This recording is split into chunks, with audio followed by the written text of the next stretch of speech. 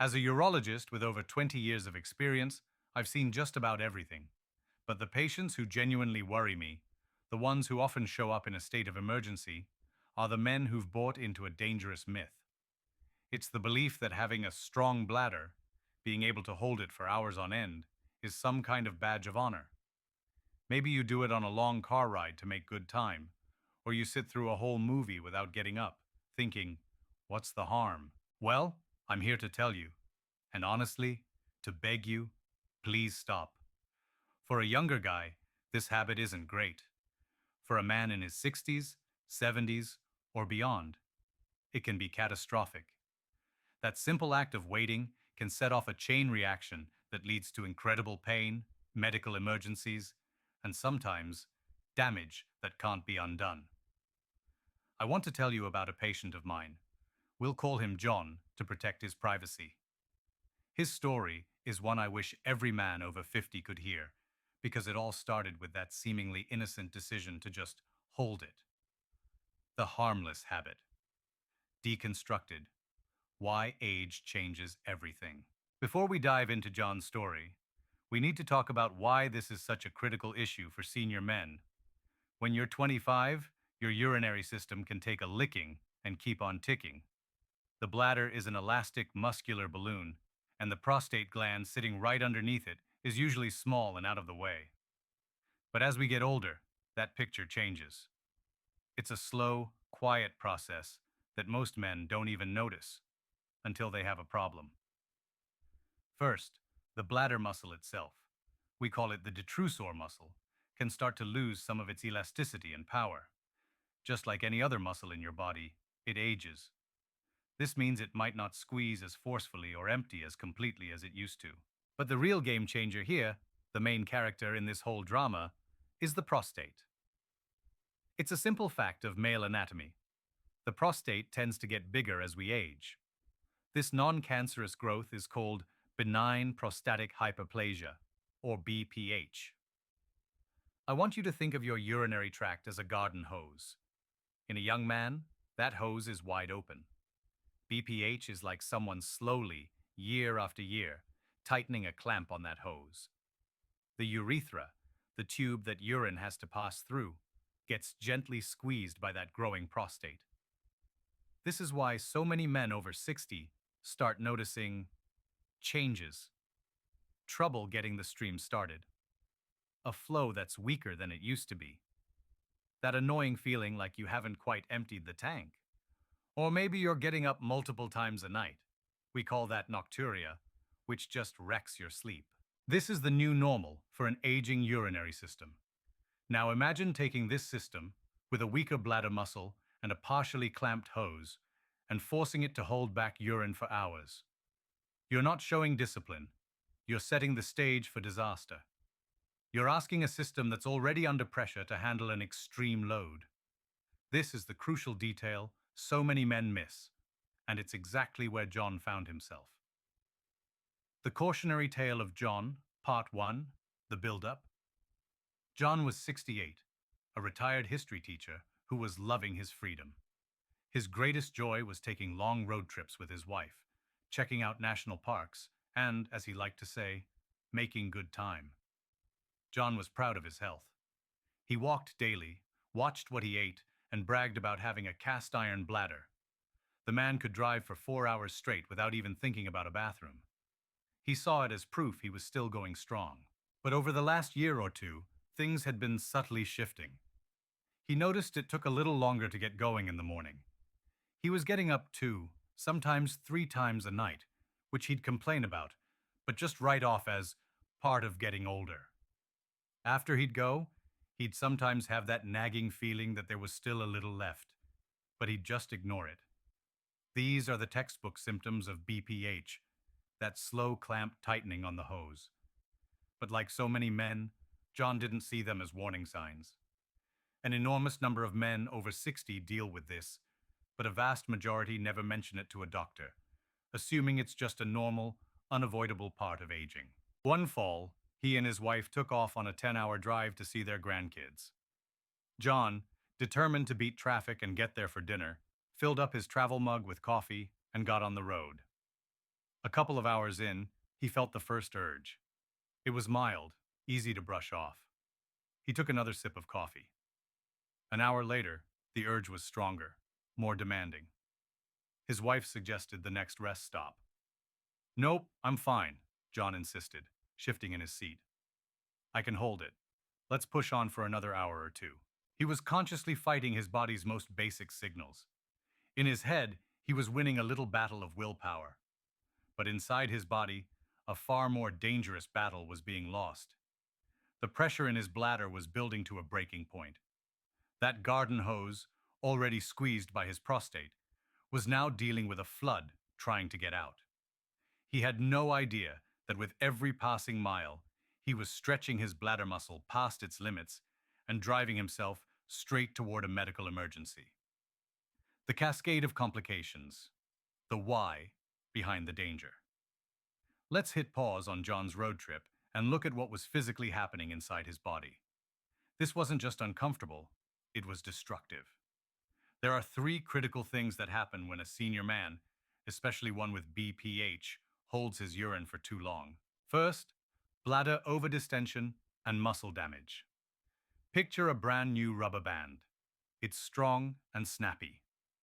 Now, imagine you stretch that rubber band around something way too big and leave it there for a week.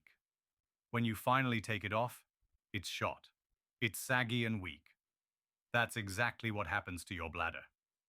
Forcing it to stay full overstretches those muscle fibers. For an older bladder that's already a bit weaker, this damage can be devastating. It loses its ability to squeeze effectively. This means even when you finally do go, you can't get all the urine out. This leads to something we call chronic urinary retention, where you're always leaving a pool of old urine behind. It's silent, progressive damage that can become permanent. Second, the risk of urinary tract infections, UTIs, goes through the roof. Urine is supposed to be a one-way street, flushing bacteria out of your system. But when urine just sits there in the bladder, it becomes a warm, stagnant pond, the perfect breeding ground for bacteria. For men, who are normally at very low risk for UTIs, this is a huge problem. These infections can become severe, causing fevers, chills, and serious pain that can land you in the hospital. That stagnant urine can also form painful bladder stones from all the concentrated minerals. Third, and this is the scariest one, kidney damage. This is the one that can change your life forever. When the bladder is full to bursting and the prostate is blocking the exit, that pressure has to go somewhere.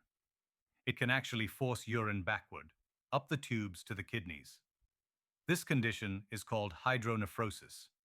It makes the kidneys swell up with backed up urine and, over time, can cause permanent kidney damage, even kidney failure. You're not just messing with your bladder.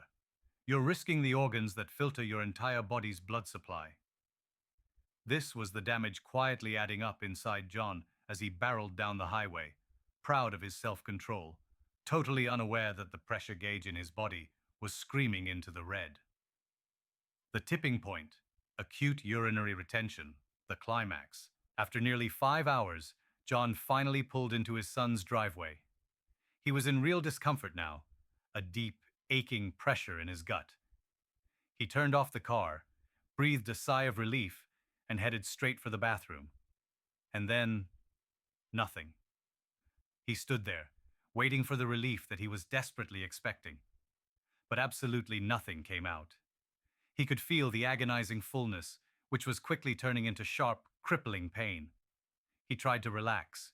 He tried straining. Panic started to creep in. The urge was overwhelming, but the gate was slammed shut.